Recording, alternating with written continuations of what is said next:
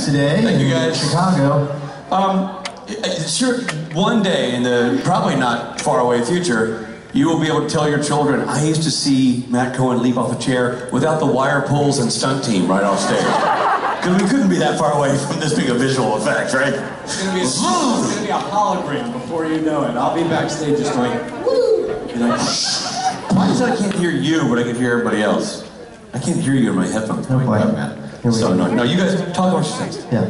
Oh, Robbie. I like your shirt. Thank you. It's not mine, but I'd like it to. Whose is it? It's wardrobe department at Entertainment Tonight. Look at that. Someone's getting dressed for a living. Oh, man. It's nice when somebody else picks out your clothes when you have kind of no idea what you're doing when it comes to clothes. I've been wearing the same Target t-shirt and jeans since I've been 16 years old. Massimo. Massimo, that's right. I even buy my suits from there.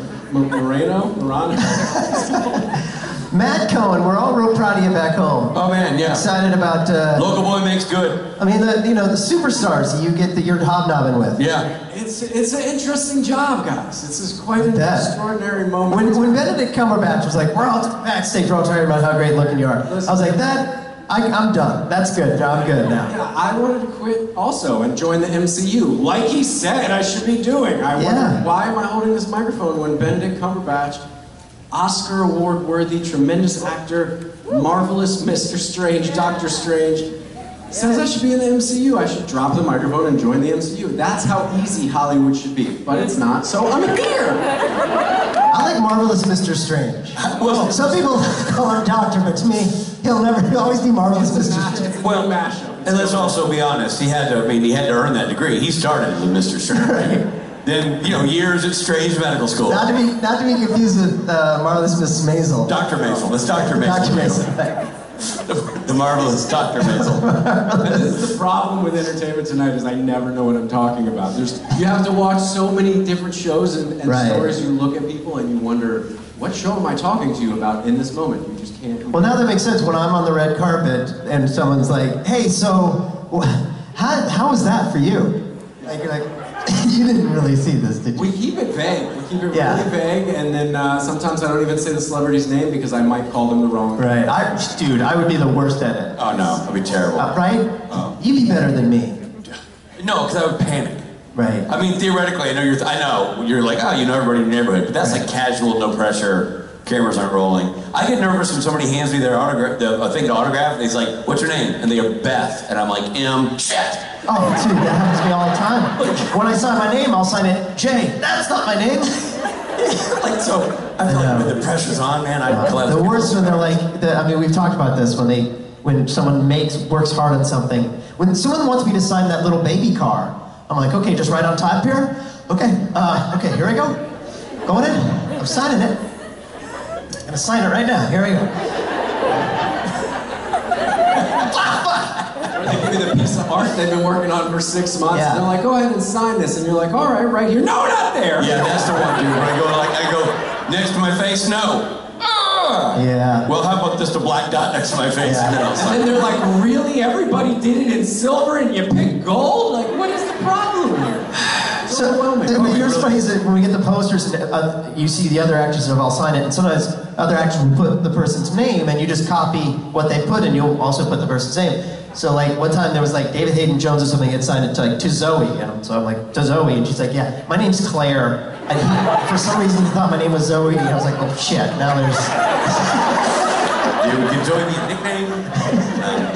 That's hilarious.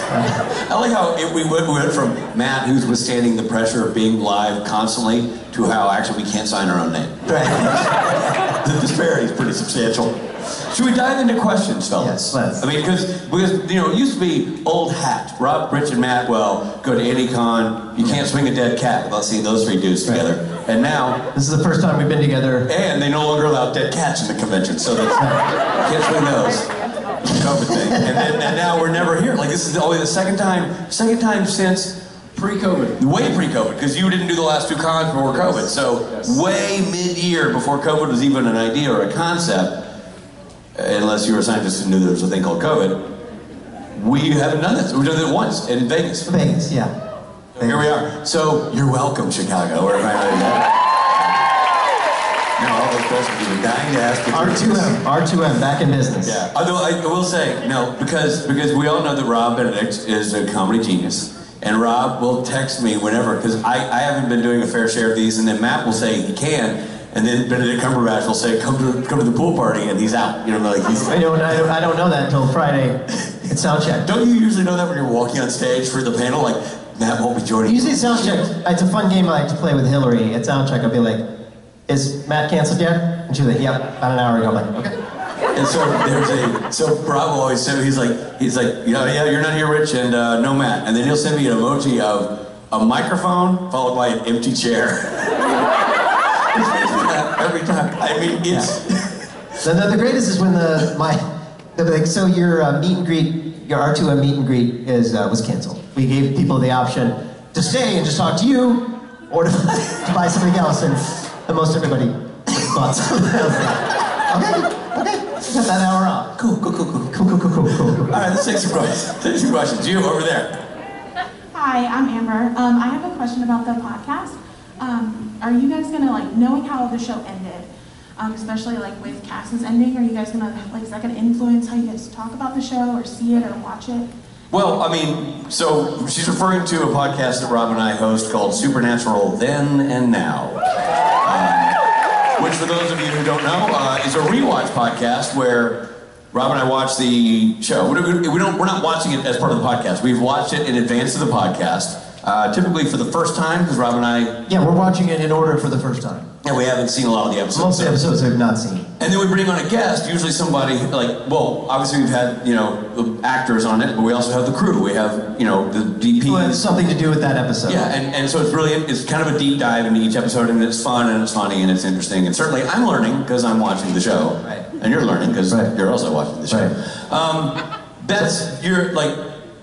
We'll do all 15 seasons, and I mean, I look at each episode as a standalone episode, watching it for the first time. So, I mean, I obviously know what happened in some episodes, but that's not going to influence how I talk about it in advance. I mean, when I watch it, and I'm now looking at it in its grand scheme of order from the whole series, whatever my opinion is. Yeah, at this point, we don't know who Castiel is. You know what I mean? We're watching it in order and and honestly, there are certain things that I still don't know how it happens or what happens. We just finished season 1. I don't know what happens next, so we gotta... And a lot of stuff has been real surprising because we have not watched the show. It's been really interesting to... But we'll get to that for sure, and then we'll talk about it. Yeah, I don't know if that's kind of I suppose a vague answer, but it's a vague-ish question in if it'll be influenced. And I don't think right now Rob and I are just kind of trying to be as come in cold as much as we can and just be honest with our opinions. It's a really fun time to kind of debate the pros and cons of the show that we both like and respect a tremendous amount. Well, that's the thing. Is the takeaway for me is sitting down and actually watching the show from the beginning. Just finished season 1. It's a really good show. Yeah, it is. It's a really good show, and I feel like season 1 and season 2 get written off sometimes. It's oh, that was a monster of the week.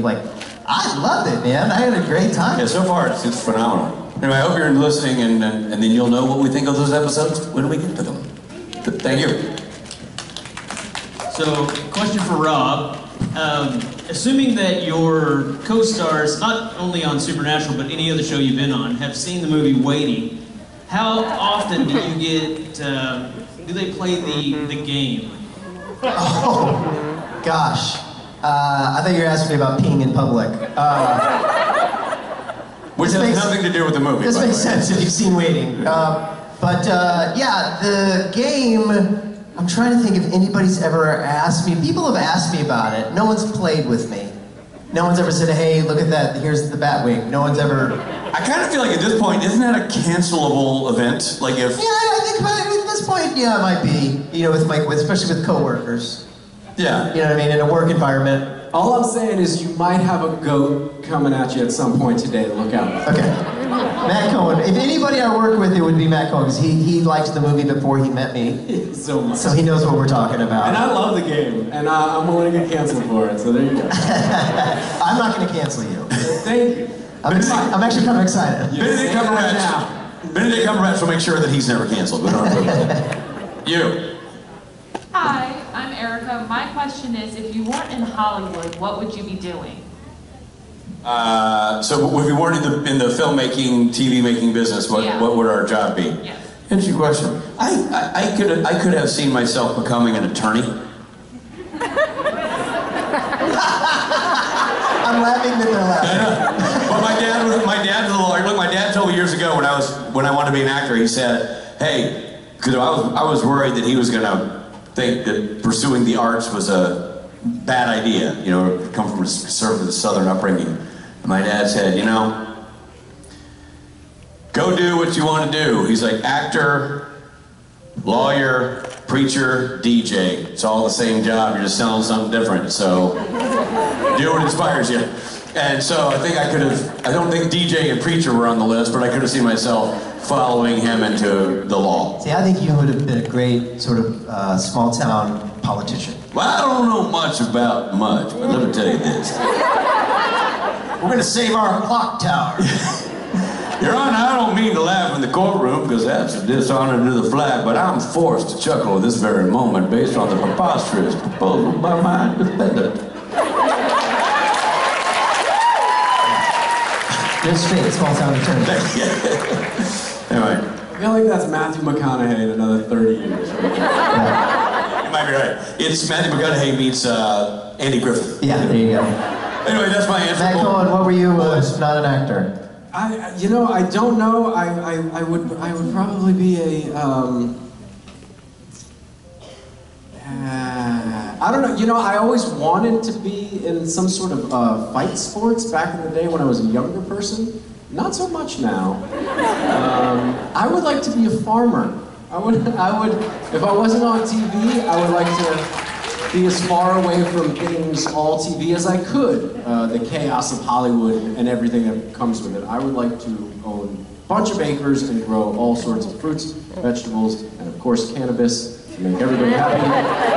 And live out my life with my family and my kid running through the lanes of our vineyard. Wow. Well, and so you got grapes too. Grapes. Gotta have grapes. I just had this image of Matt while he took that dramatic pause trying to figure out what his answer was. I just had this image of himself in his own mind at Google going, jobs hot people do. Can I be shirtless if I... Yeah. Qualification, ripped abs and shirts. Farmer, just no shirt and a nice sun hat and no shoes. There you go. I would love to visit you on that farm. Listen, Get in line. we'd love to have you out to Cohen's Cannabis Property. Oh, I love it. And winery. And winery. When I was in college, my backup profession was going to be advertising. I don't know why, that was just like something that I felt like I could be creative and still do, but it had more, job security than acting. So that was my backup, was advertising, like Mad Men. I thought, when I was in high school, I thought about the same thing. I remember going to visit, and my dad had a friend who worked in an ad agency, so I kind of spent a day following him around. And that's what my grandfather did. My grandfather was a jingle writer for a career. He wrote. Wow. Yeah. Now that I write jingles for our other podcast, I'm like, I think I could be a jingle writer. Jingle writer, right? Like that's what Walter Speight did for a living. It's Speight Advertising. He wrote jingles. Yeah. So you could have done a little jingle for my law firm. And every jingle was like, oh, come on down to Wilson's Lumber and get yourself. Nice. First of all, 2x4. Yeah, Wilson Lumber. There you go. You gotta get the jingle part. Yeah. That was the guy talking. Nothing but wood at Wilson's Lumber. I actually know one of his jingles. I know one of his jingles. Okay. I have it memorized. Okay. There was a Mr. Transmission shop. You guys remember Mr. Transmission was a chain of almost like Jiffy Lubes or something in advance of that. Mr. Transmission. And a man who ran it was Harvey LeMaid. And Mary LeMaid cut my hair.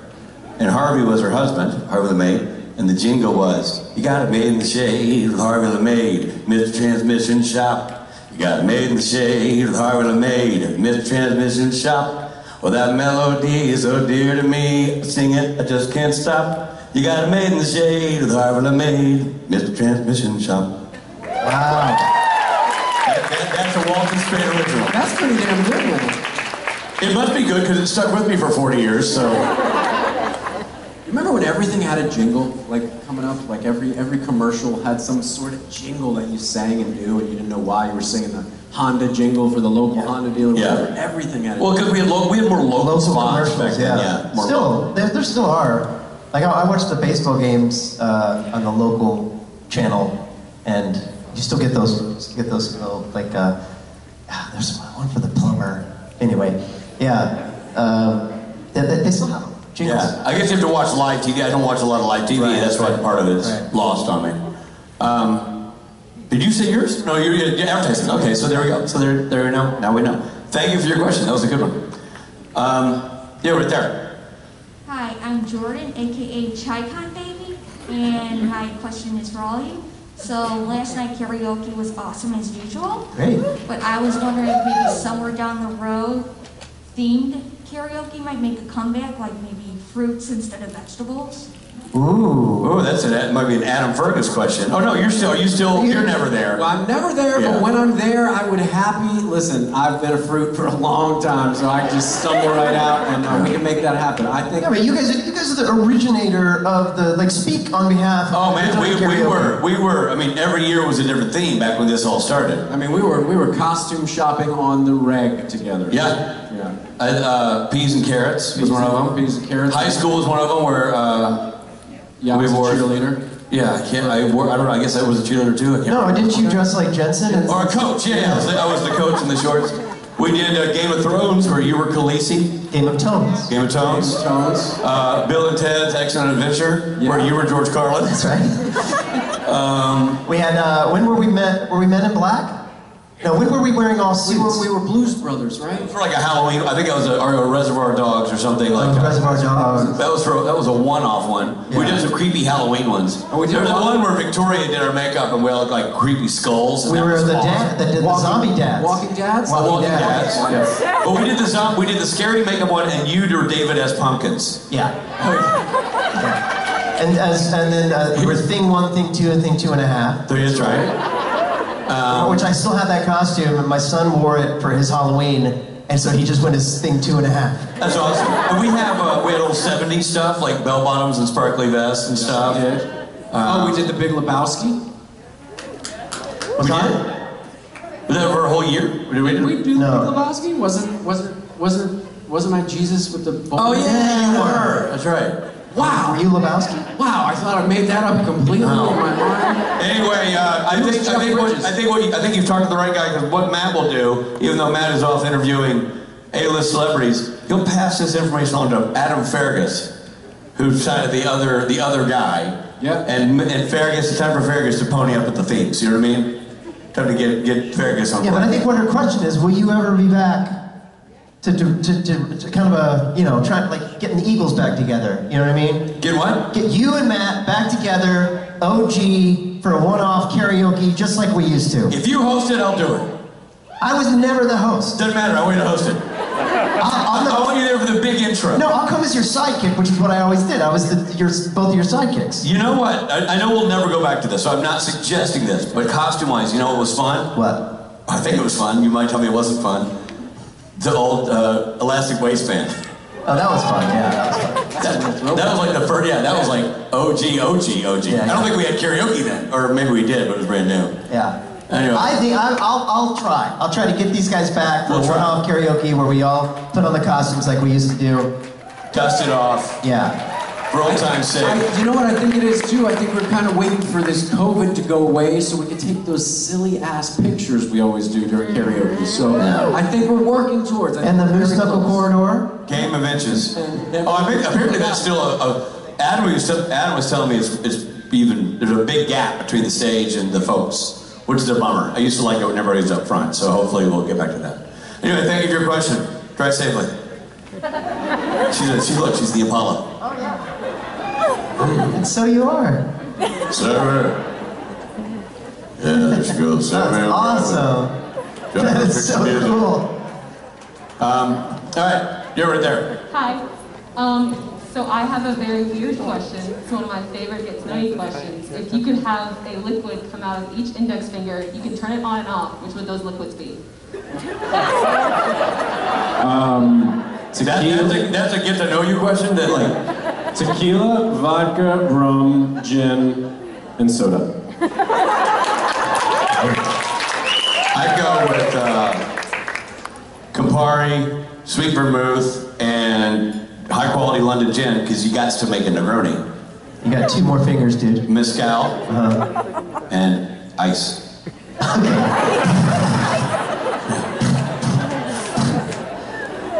Oh, I forgot water. I guess I'm going to die. No? You don't have water? I'll let the ice melt. Ice melt, okay. I mean, I'm going to be practical. Water. Sparkling water. Okay. You got a fancy hand. Yeah. Coffee. Okay.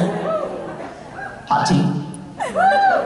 And juice. I thought for sure you were going to say urine. But if you're pee shy, then no one would know. Nothing has to come out. You're just over there going like... But if you need me, I'll be hanging out next to Matt's hand. Well, that's true anyway. Is that gross? Is that gross? Is that gross? He's got vodka coming out that hand. Rob constantly sucking on his finger. Benedict. I'll be right there. You're biting. Mr. Cumberbatch. When you finish your latest film. With me on his finger. Here's your Cumberbatch. So sorry about this. Suckling at the finger teat of Matt Cohen. Thank you for that. You're not wrong. You know, when you said you had a weird question, I was going to say there are no such things as weird questions. There are, and you found one, and thank you. My name's Cassie, and I got married 2 weeks ago, and part of leading up to, marrying my husband was forcing him to watch Supernatural. And so when he was my boyfriend, and I would not let him watch all the previews to the episodes because he would guess what would happen every single time. Right. So we were watching the episode where Chuck is introduced as the prophet, and he goes, "That's God." And so my question is... Are you married to Eric Kripke? There you go. So my question is, when did you know? Because I feel like he figured it out sooner than you did. Yeah, he did. Well, I mean, not really, because technically Rob knew years ago. Your boyfriend just said it 2 weeks ago, so technically Rob wins. I didn't know until the end of season 5, while we were shooting it, and that's the episode where I kind of like narrate. It's Swan Song, and narrate the episode, and then I'm wearing all white, and I kind of go poof at the end. And yeah, I didn't know until right before I shot that. Eric Kripke called me and was like, "Hey, you're God," and I was like, "I am? Is that what this means?" And then that was Eric Kripke's last episode. So he after that he left the show, and I think the idea was that I was kind of him, and so he kind of took me with him. And he even said, he was like, "So, you're God." And I was like, "Oh, that's amazing." And then he was like, "And you probably won't be back on the show." And I was like, "Oh, that's awful." And, but I don't think he knew the show was going to run for as long as it did. And so the plot worked itself around it made sense to bring God back, and that's when I came back to the show. But I knew season 5. Congratulations. Yeah, but congratulations on being married, and your husband's, he's a prophet. Over here, young lady. Hi, I'm Christy. Hi.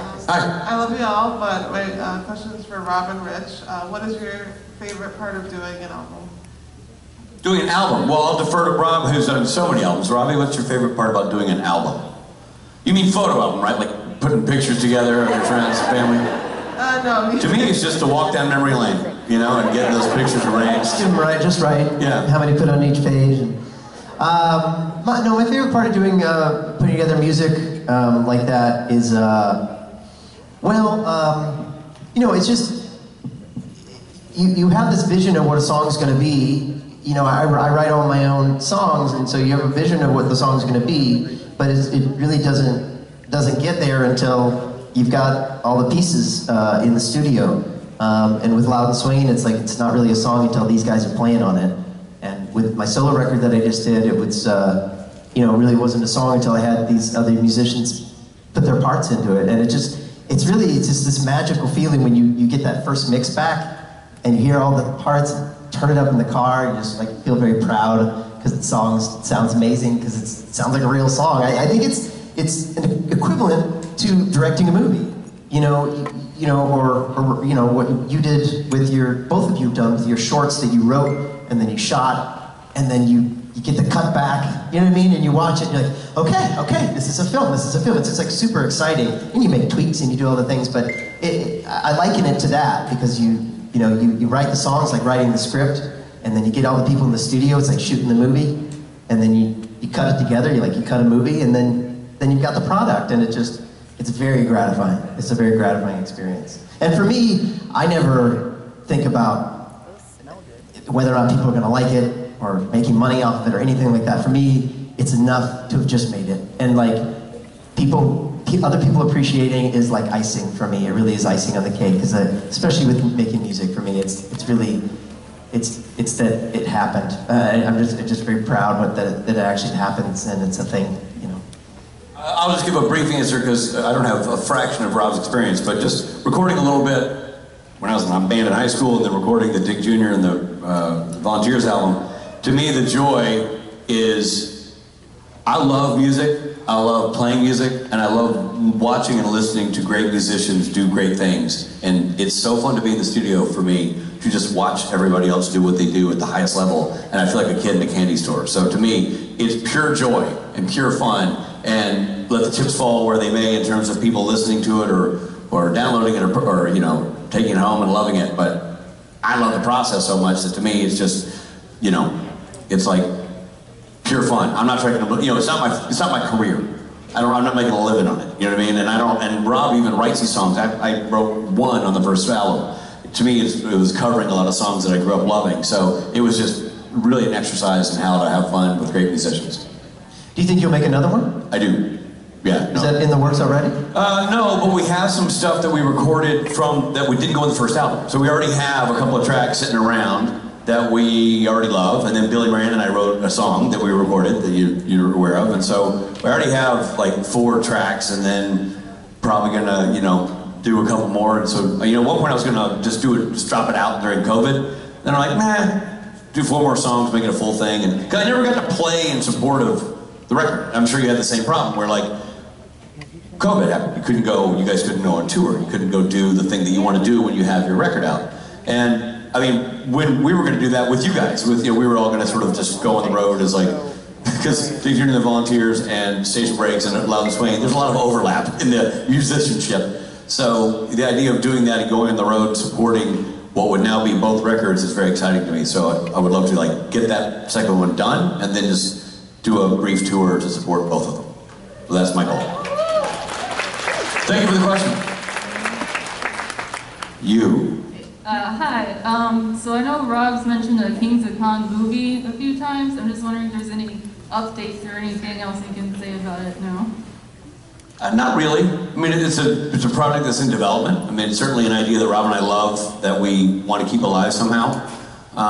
So it's, you know, I'm always a say less than more guy, but because I don't like to jinx things. But we're working with people who have interest in the project, but it's going to take a while, and we like where it's headed, and we hope it keeps moving forward.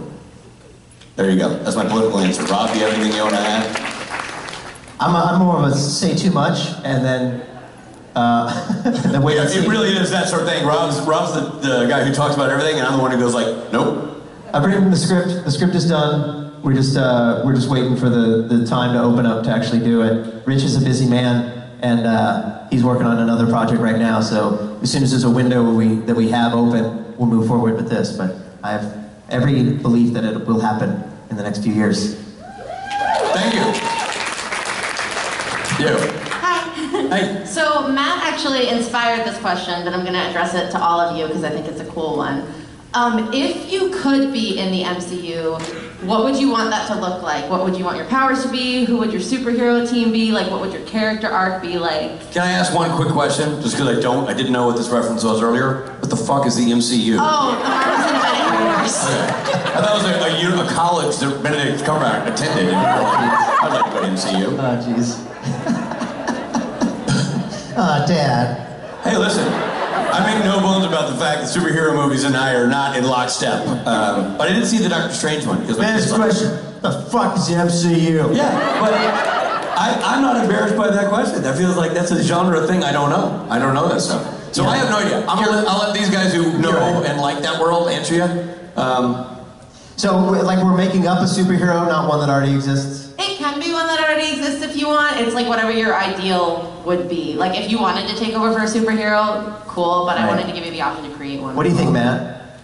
That's tough, you know. I've always my dreams of all dreams, and I don't know. Is Batman's not MCU, right? Or is he? No. It doesn't matter what you all think. I don't want to be Batman. I do, at some point, before I outage the role, would love to have a shot at playing the Joker more than any other superhero ever. Is that MCU? No. That's what they just Is that a rival college? Boy, when they play in the fall, it's going to be brutal. I think, just generally speaking, to be, you know, I've talked to some of the newer people that have entered the MCU, and man, everybody shares the same excitement, and that is just being part of a superhero movie. It's so big, it comes with so much, the production of it takes so long, and there's so much behind it. Just to be any character in the MCU is a gift, you know, it's the movement right now. I mean, these movies are getting bigger and bigger. They're not going anywhere anytime soon. So just to be part of that on any way, shape, or form, even if it's just Benedict Cumberbatch saying I'm hot and should be in the MCU, is good enough for me. Before Rob, if you don't mind, one thing I was going to say is I have seen the Doctor Strange, the most recent Doctor Strange. Yeah, you said that, yeah. And that is filmically, I mean, that's a stunning accomplishment. I don't know how they make these movies because the visual effects are. Every shot has a visual effect. You should watch the rest of them. They're all really... I don't know, like, how... Like, just as somebody who dabbles in directing myself, that's so massive. I don't know how you undertake that. That's got to be huge. The directors on the red carpet, by the time I get to them, I'm like, you know, I'm so excited to talk to these directors that make these things. And I'm like, what does it take to make something so large? How excited are you? And they're like, I'm just exhausted. And I'm so glad the movie's going to play for people. They're spent, these guys. Yeah. The producers kept, like, all these dudes and women put in so much effort to make these movies gigantic on such a scale. And as you've seen, so Spider-Man Into the Spider-Verse, the animated film, everybody know this one? Has opened up a new generation of films like Doctor Strange Into the Multiverse, stuff. In which you can have several versions of female, different races of the same character throughout all these movies, and that's what you're going to see going forward in all of the movies. Wow. All of them. Several different Spider-Mans and so on and so forth. And it's really cool. And it's complex. Massive. Man, that new Spider-Man was great. It was so cool.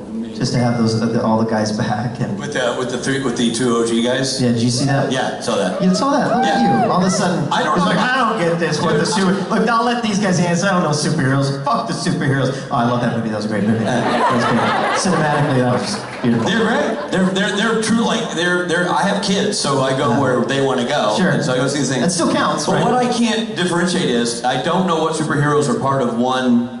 Right. Team, like you said, Batman got booed. I don't know what the difference is between they're all superheroes. DC is Batman, Superman, Aquaman, Wonder Woman, and then Marvel is everybody else. Superman. Yeah. No, Spider-Man, not Superman. Not Superman? No.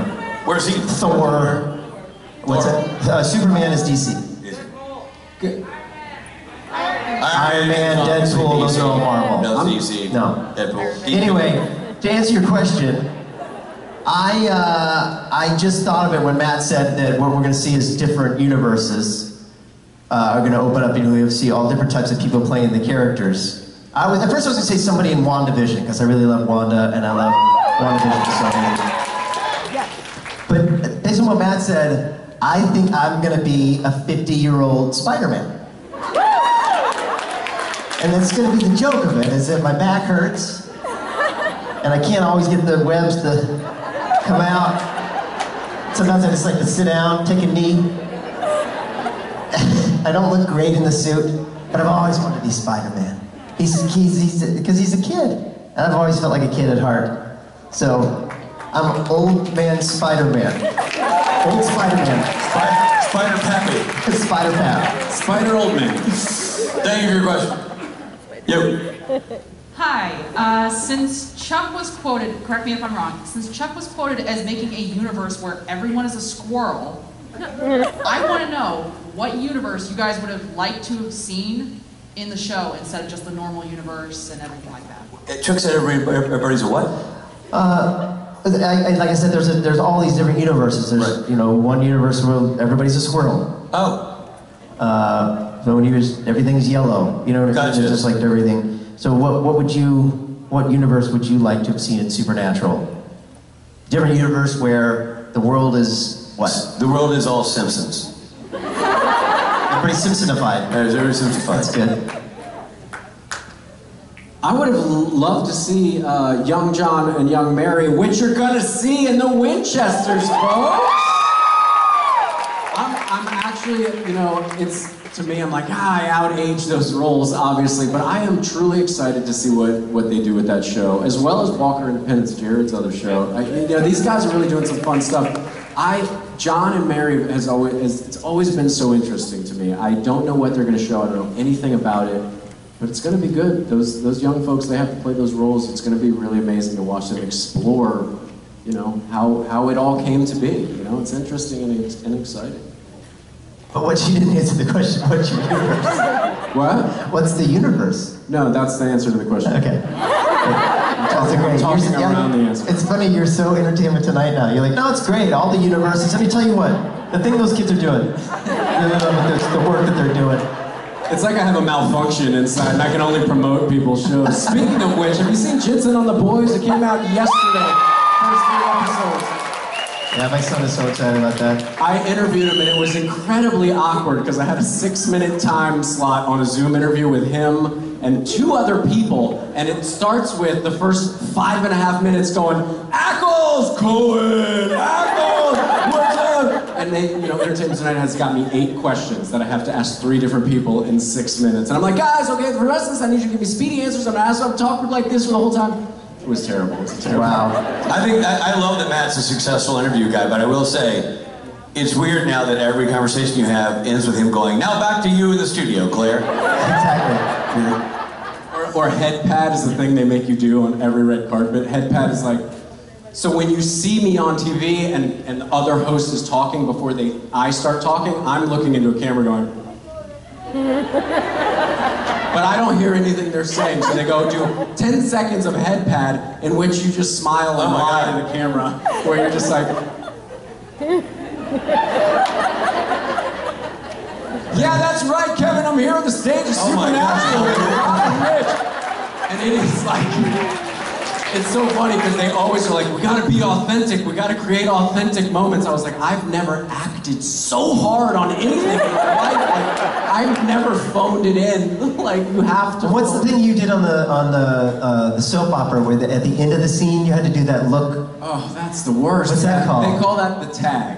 Okay, what's that? And so the tag is like dialogue, dialogue, dialogue, and you finish, and then it's for the slow push, right? That builds the dramatic moment, but the slow push on soap opera always lasts like 15 seconds, 10 seconds. On Supernatural, you get a slow push, like Dean says a thing, and then it's like push, push, push, cut to commercial. It's like 3 seconds. And a soap opera, it's like, but you know you love me, and you can't help that I'm a doctor, a priest, and a stripper. And then it's like, but then you can't stay perfectly still because then the people at home don't know if the TV's paused. So you do a thing like this, where it's as like 7 seconds went by, you're like, and then right at the end, right when you feel that camera getting real close, so you bring it right back to the eye line, and you're like, oh God! And it's the most ridiculous thing you ever do in acting. Mercy. All right, in my universe of Supernatural, no one is taller than 5'6", and so I am a giant. Thank you for your question. Yo. Hi, my name is Megan. This is my first con ever. Welcome. Welcome. And you came dressed as Constantine. Good for you. You guys are my favorite people ever on this whole show. And We can tell by your Constantine costume. We're kidding. I'm kidding. I can't. my question to you is, what is your favorite role ever? And it doesn't have to be supernatural. It doesn't have to be anything specifically related to supernatural. Favorite role ever, boys. That we've played, or we appreciate somebody else playing? That you've done. I'm gonna go with the most fun I've had with these two guys, and that's playing Matt Cochran, not Matt Cockring, as Sebastian likes to say. Matt Cochran in The Kings of Con. This was my favorite role. You're funny in that show. Really fun. I'll go with Skip Muck in Band of Brothers.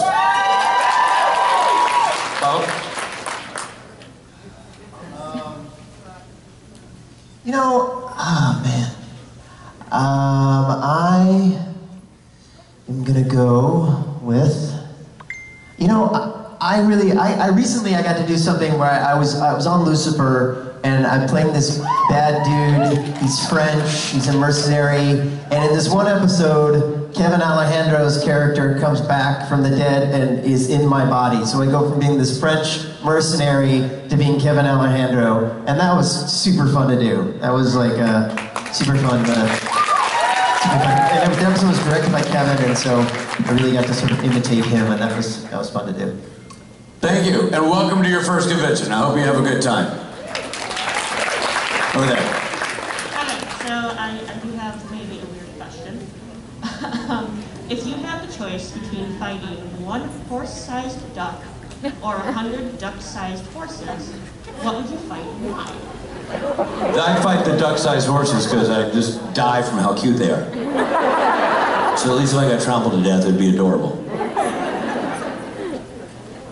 I mean, a giant duck is terrifying. I once got attacked by a duck that I wouldn't give my piece of bread to, and he jumped on my back and he clawed me up, and if he was the size of a horse, I would have no spine. It would be like that scene out of the DiCaprio movie where the bear's on his back. I'm going with the cute horses. Right? Yeah. Tiny horses. Okay, but just to be devil's advocate, how many 100? There's 100 like duck-sized horses coming at you. Yeah. Horses are fast. Yeah. I picture baby ducks, like duckling. Yeah, they're gonna be about that. You got a big duck going. I think a duck is like, yay? They're still gonna kill me. I'm gonna be stampeded. No, it's a duckling. We're not talking goose-sized horses.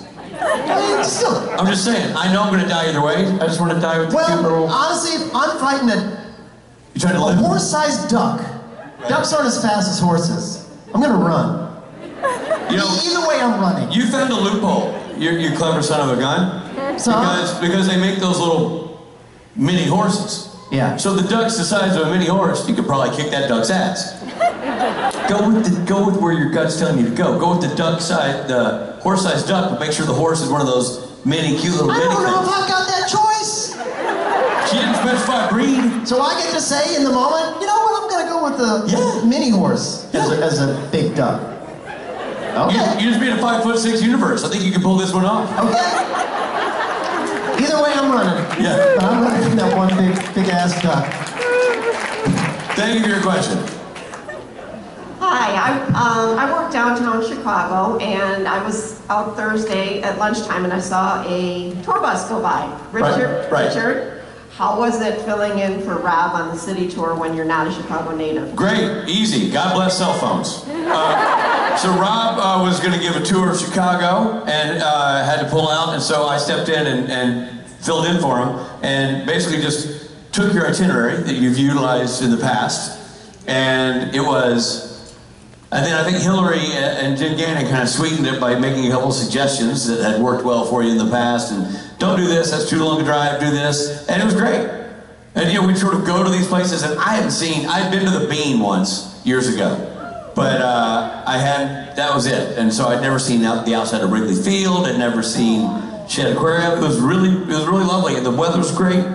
It's a great tour. It's a really fun tour. You put together a good tour. Man. Thank you. And just for clarification, I never knew that I was hosting it. I never knew I was doing the tour. So I never pulled out because I didn't know what was happening. And then all of a sudden he was like, so when you're in Chicago, why not you coming? I'm like, oh, I'll be there. I pulled out of the tour. Like, yeah, I didn't know it was I got the call from Creation saying Rob pulled out of the tour. I didn't know I was doing a tour. So I all of a sudden I was out, Rich was in, but I'm happy that you got to do it. And I got to see Chicago. I got to see Chicago. I barely went on the Rob Benedict bus tour without Rob Benedict. Exactly. But yeah, no, I was happy you got to do it, and it's a good tour. It was fun. It was great. Yeah. I learned much, but then again, I knew nothing, so it didn't take much. Well, that was how the tour was invented, because I knew nothing. And the fun thing about the tour is you go by and the bus goes, what's that? And you're like, 1 sec. Hey Siri. Google, exactly. Hey Siri, yeah. Where am I? Thank you for your question. Let's squeeze in one more before we get played on stage here. Thank you. Hi, my name is Sarah, and I love the podcast. So I have a question for hopefully all three of you. So if Rob could choose a Pearl Jam song, if Rich could choose an REM song, and if Matt, I don't know your favorite band, but pick your favorite band song for Saturday Night Special, which songs would you choose? You guys, I know we've done a couple of REM tunes in the Saturday Night Special lineup, but you guys have never done it. Pearl Jam has never been anything. We did it for an opening in Seattle. We did Even Flow a lot. No, we did like Why Go. One of the other songs on 10. Why Go Home? Yeah. Why Go. Is that what it's called? Why Go? Yeah. Okay, so you've done. So if you had to do it for Saturday Night Special. Saturday Night Special. Can I think? Can you pick your REM song? Yeah. Matt, what's your favorite band? I would do, it's not my favorite, but it's a song I've wanted to sing for a long time at Saturday Night Special, but I don't have the vocals, even near vocals, to pull it off. Jimmy Eat World, The Middle. Ah, great song. Yeah, great song. One of the ones I was going to say is one we already do occasionally, which is Begin to Begin, which we've done. Yeah. And that's super fun. I was also going to say Superman, which we've done. Don't Go Back to Rockville, which we've done. So to mix it up, I'll say Driver 8. Ah, great song. I would do the song Go off of Versus. A song called Go. So yeah, it's a great song. Excellent. Thank you for your question. Thank you for having us back. Thank you, everybody. It's great to all three people.